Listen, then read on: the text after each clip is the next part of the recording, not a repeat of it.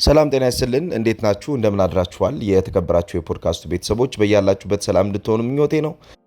ዛሬ በፖድካስቱ ዘርዘር ያሉ ጉዳዮችን ይዘን እንደተለመደው ቆይታ እናደርጋለን።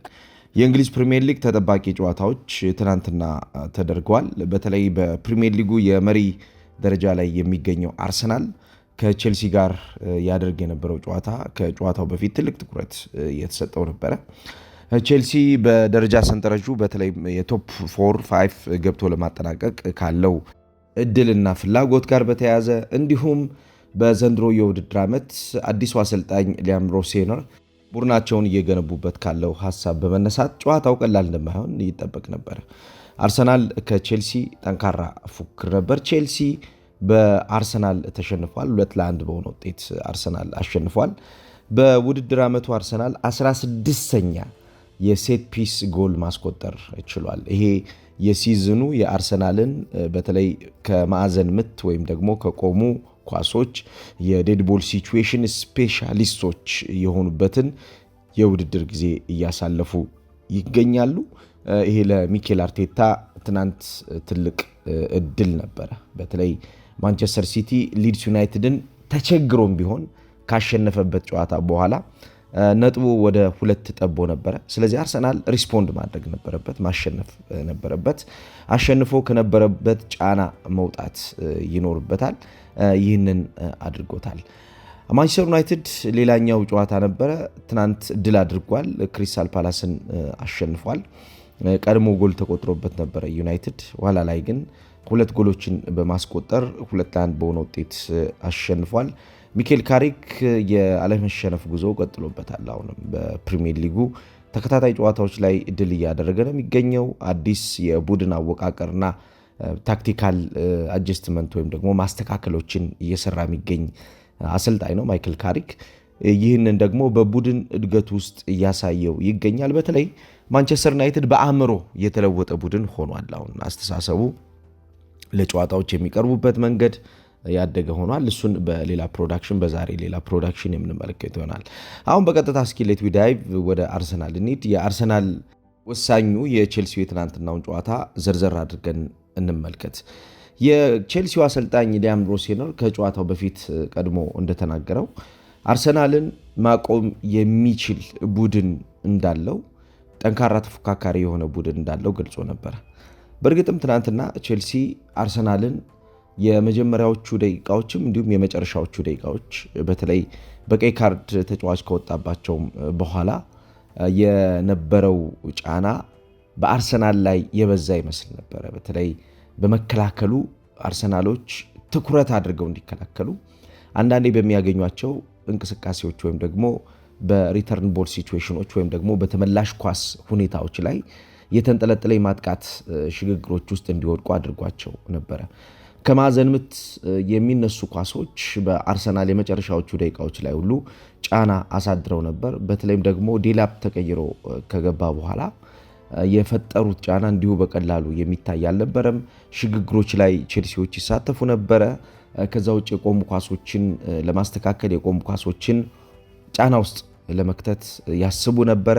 ያ በቡድኑ ላይ የፈጠረው ነገር በግልጽ ይታይ ነበረ። ሚኬል አርቴታ በተለይ የመከላከል አደረጃጀቱን ካጠበቀ፣ መከላከሉ ላይ ጠበቅ ያለ የመከላከል ስራ ካለው ጨዋታውን አሸንፎ ተቆጣጥሮ ሊወጣ እንደሚችል ያውቀዋል። የቼልሲ ፕሮግሬሲንግ አታክ የቼልሲ እያደገ የመጣው የማጥቃት እንቅስቃሴ የቡድኑን የመጨረሻ የመከላከል አደረጃጀት በመፈተን አርሰናል መስጠት የማይገባውን ቀዳዳዎች አስገድዶ እንዲሰጥ በማድረግ ቼልሲዎች ጫና ሲያሳድሩ ተመልክተናል። ትናንትና ከጨዋታው በኋላ ሚኬል አርቴታ እንደተናገረው ከሆነ ይሄ ጨዋታ በጣም ወሳኝ ጨዋታ ነው ብሏል። በእርግጥም የጨዋታው ክብደት እንዲሁ በቀላሉ የሚገለጽ አይደለም። የእያንዳንዱ ጨዋታ ክብደት እንዳለ ሆኖ ይሄ ጨዋታ ግን በጣም ወሳኙ ጨዋታ እንደሆነ ገልጿል። በተለይ ሴኪሪቲ ለማምጣት ነው ያለው። ሴኪሪቲ ለማግኘት በፕሪሚየር ሊጉ የዋንጫ ፍክክር ላይ ደህንነት፣ በራሳችን ደህንነት ለመፍጠር ይህንን ጨዋታ ማሸነፍ ነበረብን የሚል ሐሳብ ነው ያነሳው። በተለይ ከቡድኑ አጠቃላይ ሌቭል ኦፍ ሴት ፒስ ነው ያለው፣ ወይም ደግሞ የቆሙ ኳሶችን ደረጃ በተመለከተ ሁሉም ቡድኖች ይጠቀማሉ፣ እኛ ላይ ነው ትኩረት እየተደረገ ያለው።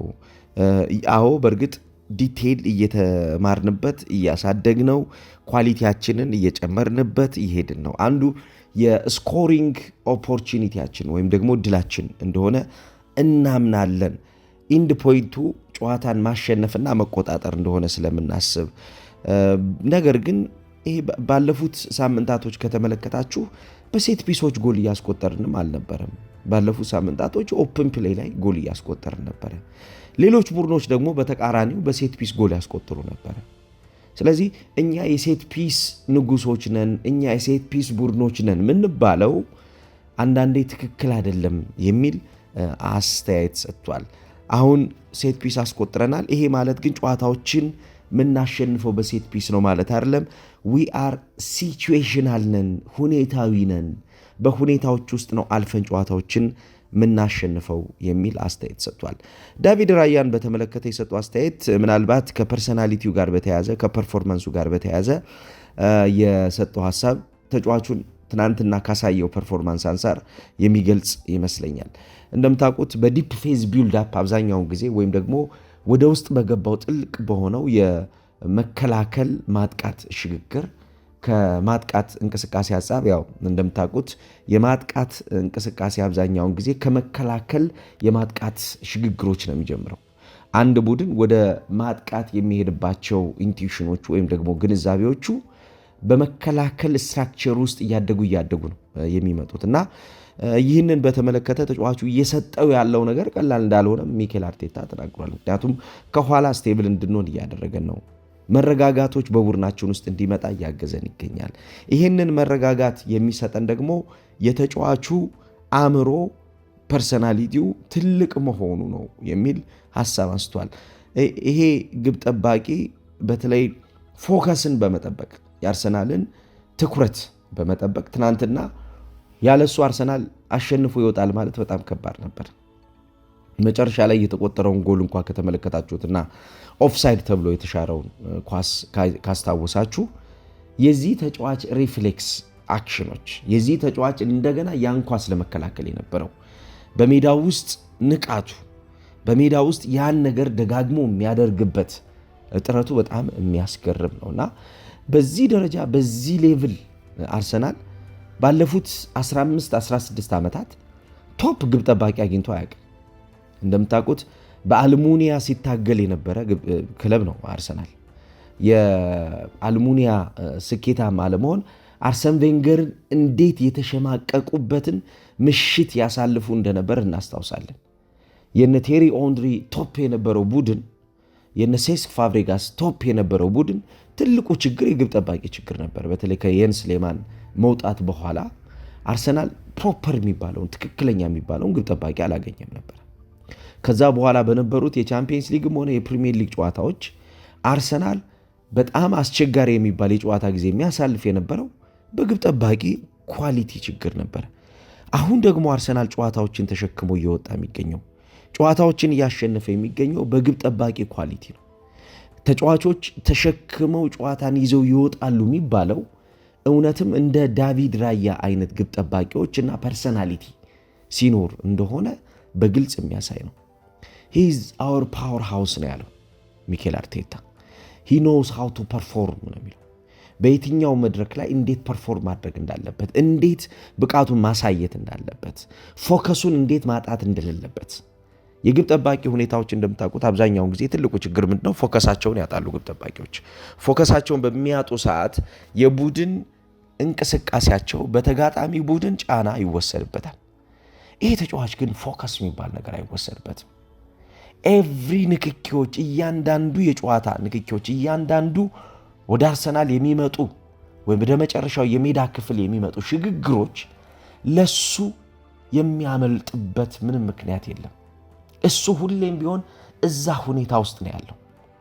እሱ ሁሌም ቢሆን በዛ እንቅስቃሴ ውስጥ ገብቶ እነዛን አደገኛ ነገሮች የመከላከል ስራዎችን በወጥነት ነው የሚሰራው። በወጥነት በተለይ አብዛኛዎቹ ሐሳቦቹ ግብ ጠባቂ መሆኑን ብቻ አይደለም የሚገልጹት። የቲሙ ሊደር ነው ይሄ ተጫዋች። ከኋላ የቡድኑን ችግር ተሸክሞ የሚሄድ ተጫዋች ነው። ከኋላ የቡድኑን ችግር ተሸክሞ ነው የሚሄደው። እንደምታውቁት በዚህኛው ዘመን የቡድንን ጫና የቡድንን ችግር ተሸክሞ መሄድ ለአንድ ተጫዋች ለአንድ ቡድን በጣም መሰረታዊ ከሚባሉ የጨዋታ ኳሊቲዎች መካከል አንዱ ነው። በጫና ውስጥ ቡድኖች በሚጫወቱባቸው እንቅስቃሴዎች ውስጥ ጫና ማስተንፈሻ ሐሳብ ያላቸው ተጫዋቾች ያስፈልጋሉ። እነዚህ ጫና ማስተንፈሻ ያላቸው ተጫዋቾች አብዛኛውን ጊዜ ከቀጣዩ እንቅስቃሴና ከቀጣዩ ሂደት ጋር የሚኖራቸው ሚና እንዲሁ በቀላሉ የሚታይ አይደለም። አብዝቶ እንቅስቃሴዎችን በመምራትና በመቆጣጠር ለቡድን ውጤት የሚሰጡት ነገር በቀላሉ የሚተረጎም አይደለም። የዳቪድ ራያን ሚና ከተመለከታችሁት በሁለቱ የመሃል ተከላካዮቹ መካከል ያለው ኮንፊደንስ የእሱ ፐርፎርማንስ ነው። እሱ ከኋላ ፐርፎርም የሚያደርግባቸው ሁኔታዎች አብዛኛውን ጊዜ ፊት ከሱ ጋር ለቆሙት ተጫዋቾች የራስ መተማመን የሚሰጡ ናቸው። ከአሳለፍነው ሳምንት ድል በኋላ የተናገሩት ነገር ይህን ነው የሚያሳየው። ዊሊያም ሳሊባ ለምሳሌ ትናንትናም ደግሞታል። ሁሌም ቢሆን ከኛ ጀርባ ዳቪድ ራያ ስላለ ከጀርባችን ለሚፈጠሩት ነገሮች በሙሉ ስጋት አይገባንም፣ ከጀርባችን ለሚፈጠሩት ነገሮች በሙሉ አስጨንቀንም ነው ያለው። ከዚህ በፊት የነበረው የአርሰናል ቡድን ትልቁ ችግር የነበረው ምንድን ነው? ተጫዋቾች ከጀርባቸው የሚፈጠርባቸው ችግር የቡድኑ ችግር ነበር። በተለይ የመሃል ተከላካዮችና ከኋላ ድሮፕ ቦል ሲቹዌሽኖች የሚጣሉ ኳስ ሁኔታዎች አብዛኛውን ጊዜ ጫና ውስጥ የሚከቷቸውና መፍትሄ የሚፈልጉባቸው መፍትሄዎቹ ደግሞ የራቁ፣ ምክንያቱም ግብ ጠባቂዎች አፈጻጸማቸው ደካማ ስለሆነ እነኚህ ተጫዋቾች የሚፈጽሙት ፐርፎርማንስ ትክክል ስላልሆነ ያስጨንቃቸው ነበር። ይሄኛው ዘመን ግን በአርሰናል የሚያስጨንቃቸው አይደለም። መፍትሄ ፈልገው አግኝተዋል። በጫና ውስጥ ሆኖ መጫወት ይችላሉ። እያንዳንዷን ጫና ማሸነፍና እያንዳንዷን ጫና ወደ ተሻለ ኦፖርቹኒቲ መውሰድ ይችላሉ። ዴቪድ ራያ ትናንትና ሴቭ ያደርግ ነበር። ረዣዥም አርሰናሎች የሚፈልጓቸውን ኳሶች ይጀምር ነበር፣ ሊንክ ያደርግ ነበር። የመጀመሪያው አማካኝ የኔ ግብ ጠባቂ ነው ለሚል ሐሳብ በተለይ እንደ ሚኬል አርቴታ አይነት አሰልጣኝ ከዚህም በፊት ተነግሮታል። የጋዜጠኞች ሲጠይቁት ያንተ ግብ ጠባቂ ወይም የተከላካይ መስመር ክፍል ተጫዋቾች መከላከል ላይ ብቻ ትኩረት ያደረጉ ናቸው ብለው ጋዜጠኞች ጠይቀውት የኔ ግብ ጠባቂ እኮ ከአማካኝ በላይ ኳስ የሚነካካ ነው የሚል ምላሽ ሰጥቷቸዋል። ከአማካኝ በላይ ኳስ የሚነካካ ነው። ለምሳሌ የመጀመሪያውን ፕሬሲንግ ከተመለከታችሁ የመጀመሪያው ጨዋታ ኳስ ኪክ ሲደረግ ጨዋታው የቼልሲና አርሰናል ጨዋታ ኪክ ሲደረግ የመጀመሪያውን ኳስ ዲክለን ራይስ የሰጠው ለማን እንደሆነ ካያችሁት ደፈርስ ሚድፊልደር ያለው ሐሳብ በዛ ውስጥ ይገለጻል። የመጀመሪያው ኳስ የተነካው በዳቪድ ራያ ነው። ዲክለን ራይስ ወደ ዳቪድ ራያ ከሰጠው በኋላ ዳቪድ ራያ በረዥም ኳስ ነበር ኳሱን የጀመረው። ይሄ ማለት የቲሙ ፒላር አይዲያ እንደሆነ መያሳይ ነው። የሚከላከላቸው ኳሶች፣ ሴቭ የሚያደርግበት ሁኔታ፣ ከኋላ እንቅስቃሴን የሚመራበት መንገድ ከተመለከታችሁ የቡድኑ ፒላር አይዲያ ነው ይሄ ተጫዋች። አርሰናል በመከላከል አደረጃጀት ውስጥ ጥብቅ የሆነ የመከላከል ስትራክቸር መፍጠር ከቻለ አብዛኛውን ጥብቅ የሆነው ስትራክቸር የሚመራው በዚህ ግብ ጠባቂ ነው። ስህተቶች ሊኖሩ ይችላሉ። አንዳንድ ጨዋታዎች ላይ ለምሳሌ የሚሳሳትባቸው ሁኔታዎች ሊኖሩ ይችላሉ። ግን ስህተቶቹ የሚሸፈኑ ስህተቶች ናቸው። ስህተቶቹ አብዛኛውን እርምት ወዲያውኑ የሚሰጣቸው ስህተቶች ናቸው። ወዲያውኑ የተሻለ የሚባለውን ኦፖርቹኒቲ ጌን ለማድረግ የሚርቁባቸው አይደሉም። ቶሎ ወደ ሁኔታዊ የሆነ እርምት ይመጣሉ። እነዚህ ሁኔታዊ የሆኑ እርምቶች ለአርሰናል ጨዋታን ከማሸነፍ ጋር ያላቸው ግንኙነት ቀላል የሚባል አይደለም። ስለዚህ የትናንትናው ጨዋታ ትልቁ ተዋናይ በተለይ ጎሎቹን ካስቆጠሩት ተጫዋቾች በላይ ትልቁ ተዋናይ የግብ ጠባቂው ፐርሰናሊቲ ነበረ። እንዳውም አርቴታ ምንድን ያለው በእግር ኳስ በጣም በሚፈለግ በጣም ከባድ በሆነ ጊዜ ውስጥ ተጫዋች ስትፈልግ when you need him he is there ነው ያለው። በምትፈልገው ሰዓት ጨዋታው በቃ ከእጅ ሊወጣ ነው፣ በቃ እድሎች በሙሉ ከኛ እጅ ወጥተው አመለጡ ብለህ በተጨነክበት ሰዓት ግን ይሄ ተጫዋች ይመጣል። ይሄ ተጫዋች አብዛኛውን እንቅስቃሴ በብዙ የጨዋታ አክሽኖች ውስጥ ከኋላ ሆኖ ባይሳተፍም ይላል አርቴታ፣ በወሳኝ የሚባሉ የጨዋታ እንቅስቃሴዎች ግን ከአማካኝና ከተከላካይ መስመር ተጫዋቾች በላይ ጫናን የሚይዝ ተጫዋች ነው።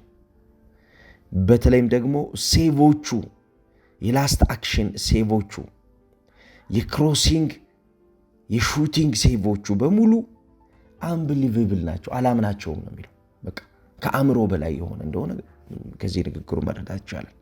በቃ ልቤ የሚነግረኝ ይላል። እንዲያውም ትክክለኛው የሆነው ጊዜ በትክክለኛ ሰዎች እጅ ላይ እንዳለ ነው የሚለው አርቴታ።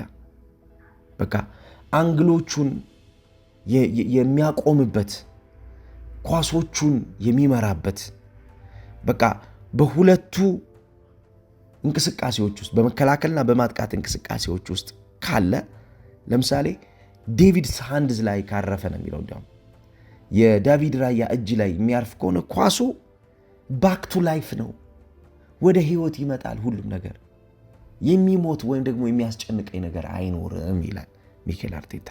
ይህ እንግዲህ ለአንድ አሰልጣኝ በጣም ትልቅ ዋስትና ነው።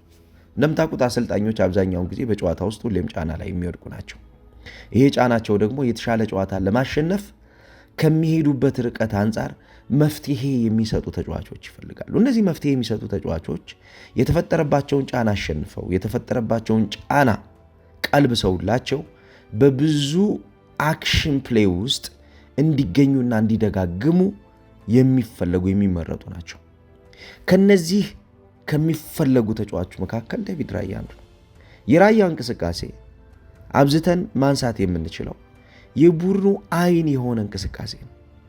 ቡድኑ በሚታፈንባቸውና ቡድኑ ጫና ውስጥ በሚገባባቸው እንቅስቃሴዎች ውስጥ የዚህ ተጫዋች በቦታው ላይ መገኘት መከላከል ብቻ አይደለም። በነገራችን ላይ አሁን ብዙ የአርሰናል ደጋፊዎች የራያ እዛ ቦታ ላይ መገኘት መከላከል ብቻ ነው በሚል ሐሳብ ልታርፉ ትችላላችሁ። አይደለም።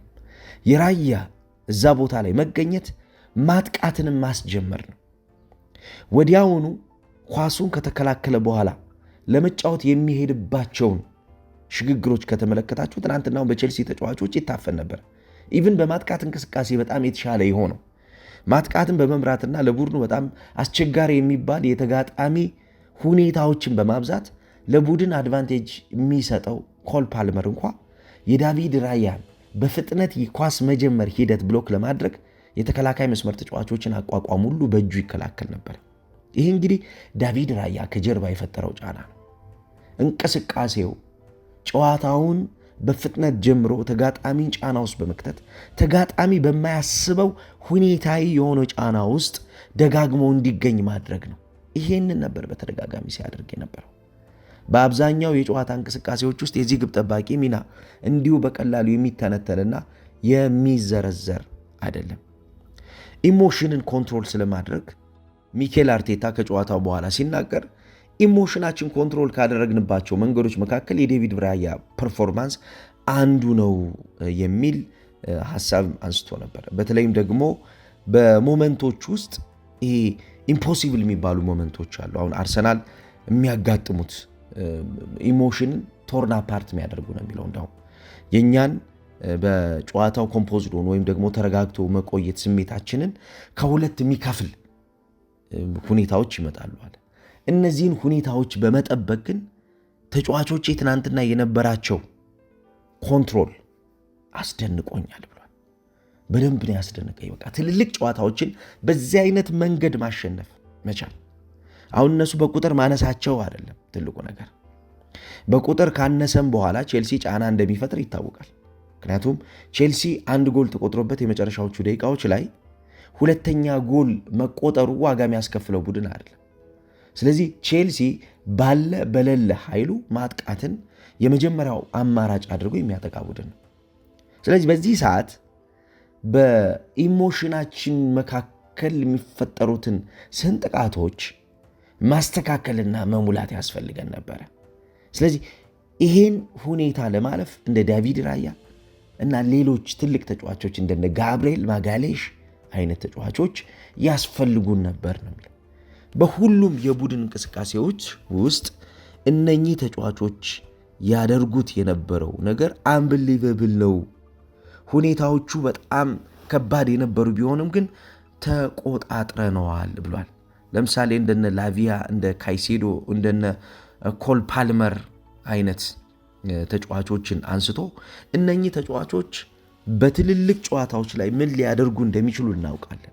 የነዚህን ተጫዋቾች ጫና መቆጣጠር መቻላችን የኛ መሰረታዊ ነገር ነው ብሏል።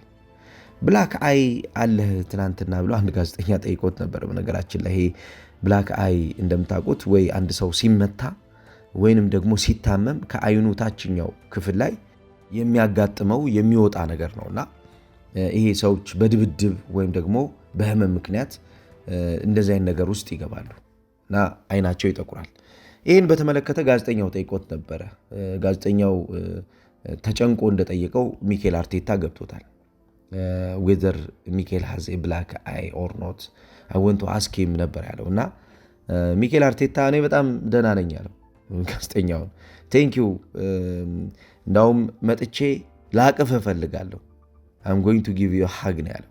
ነገር ግን ቼክ ስላደረከኝ፣ ስለጠየቅከኝ፣ ስላሰብክልኝ አመሰግናለሁ። ምንም ብላክ አይ የለኝም እስኪ ተመልከተው ምናምን ብሎ መጥቶ ጋዜጣዊ መግለጫውን ጨርሶ ሲወጣ አቅፎታል። እና በትናንትናው ጨዋታ እንግዲህ ብዙ ነገሮች ትኩረት ነበሩ ማለት ነው። በጣም ብዙ ነገሮች። አሁን ትልቁ ዜና የሚሆነው የነበረው አርሰናል ትናንት ቢሸነፍ ነበር።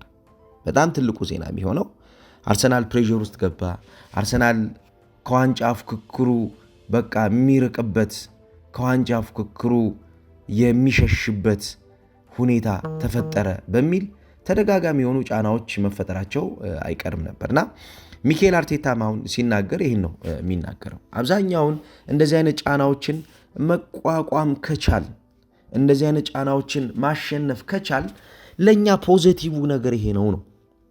ምክንያቱም እነዚህ ሁኔታዎች በዋንጫ ፍክክር ውስጥና በምንፈልጋቸው በጣም ወሳኝ የሚባሉ ሞመንቶች ውስጥ ትልቁ ነገር፣ በጣም ወሳኝና መሰረታዊ ነገር። ስለዚህ እነዚህን ነገሮች ይዘን መቀጠል ይኖርብናል። እነዚህን ነገሮች ይዘን ካልቀጠልን በጨዋታዎች ውስጥ ልናሸንፍ የምንችልባቸው ሁኔታዎች እንደማይኖሩ አውቃለሁ፣ እናውቃለን።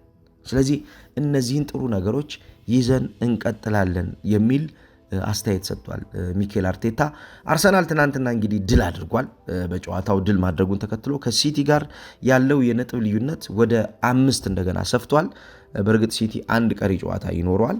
ስለዚህ ያን ጨዋታ የሚያሸንፍ ከሆነ ሲቲ ከአርሰናል ጋር ያለው የነጥብ ልዩነት አሁን እንደገና ተመልሶ ወደ 2 የሚጠብ ይሆናል ማለት ነው። ስለዚህ ይሄ ጨዋታ ከዚህ በኋላ የሚደረጉ ጨዋታዎች በጣም ትልቅ ትኩረት የሚጠበቅባቸው፣ በጣም ትልቅ ትኩረት ሰዎች የሚሰጧቸው ጨዋታዎች እንደሚሆኑ ግልጽ ነው። በተለይ የማንቸስተር ሲቲ እና የአርሰናል ፊክስቸር ከዚህ በኋላ ይጠበቃል። ረቡዕ ለምሳሌ ችግር ውስጥ የሚገኘው ኖቲንግሃም ፎረስት ማንቸስተር ሲቲን ይገጥማል፣ ማርች 4 ላይ ማለት ነው። ከዛ በኋላ በኤፍኤ ካፕ 5ኛው ዙር ቅዳሜ ኒውካስል ከማንቸስተር ሲቲ ጋር ይጫወታሉ። ከዛ ወደ ቻምፒየንስ ሊግ ጨዋታ ነው የሚሄዱት። ማርች 11 ሪያል ማድሪድ ከማንቸስተር ሲቲ ጋር ጨዋታውን ያደርጋል።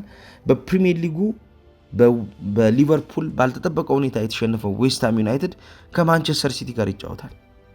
ስለዚህ ከማንቸስተር ሲቲ ጋር የሚያደርገው ጨዋታ እጅግ በጣም የሚጠበቅ ጨዋታ ይሆናል ማለት ነው። ከክሪስታል ፓላስ ጋር የሚያደርገው ፖስትፖንት የተደረገው ጨዋታ ደግሞ መቼ እንደሚደረግ እንግዲህ ተለይቶ ፊክስቸሩ የሚወጣ ይሆናል ማለት ነው። እነኚህ ግን ሲቲ ከዚህ በኋላ የሚያደርጋቸው ጨዋታዎች ይሆናሉ ማለት ነው። በአርሰናል በኩል ቀጣይ ጨዋታ እንግዲህ አርሰናሎች የሚያደርጉት ከብራይተን ጋር ይጫወታሉ። በኤፍኤ ካፕ ደግሞ ከማንስፊልድ ታውን ጋር የሚያደርጉት ጨዋታ ይኖራል። ቅዳሜ ነው ይሄኛው ጨዋታ የሚደረገው። ነገር ግን ሮብ በፕሪሚየር ሊጉ ጨዋታ ይኖራቸዋል። በቻምፒየንስ ሊግ ደግሞ ከሊቨርኩሰን ጋር የሚያደርጉት ጨዋታ ይኖራል። ከዛ ከኤቨርተን ጋር አርሰናል ማርች 14 በኤምሬትስ ጨዋታውን ያደርጋል። ከዛ ከሊቨርኩሰን ጋር ከተጫወተ በኋላ በኤፍኤል ካፕ ፋይናል ማርች 22 ከማንቸስተር ሲቲ ጋር ይጫወታል። ከዛ በርንመዝን ነው የሚገጥመው። የፕሪሚየር ሊጉ በጣም ወሳኙ ጨዋታ ግን አርሰናል ከማንቸስተር ሲቲ ጋር በኤትሃድ ስቴዲየም የሚያደርገው ጨዋታ የሚጠበቅ ነው የሚሆነው። ያው ብዙ ሰዎች ይህን ጨዋታ በእርግጠኝነት ይጠብቁታል። የፕሪሚየር ሊጉን በጣም ነጥብ ሳይጥሉ ከመጡ ወሳኙ ጨዋታ የሚሆነው ይሄኛው ጨዋታ ይሆናል ማለት ነው። እናንተ እንዴት አያችሁት የትናንትናውን የአርሰናል እና የቼልሲን ጨዋታ? እስኪ ሀሳብ አስተያየት ስጡበት። ጥሩ ቀን ይውላችሁ።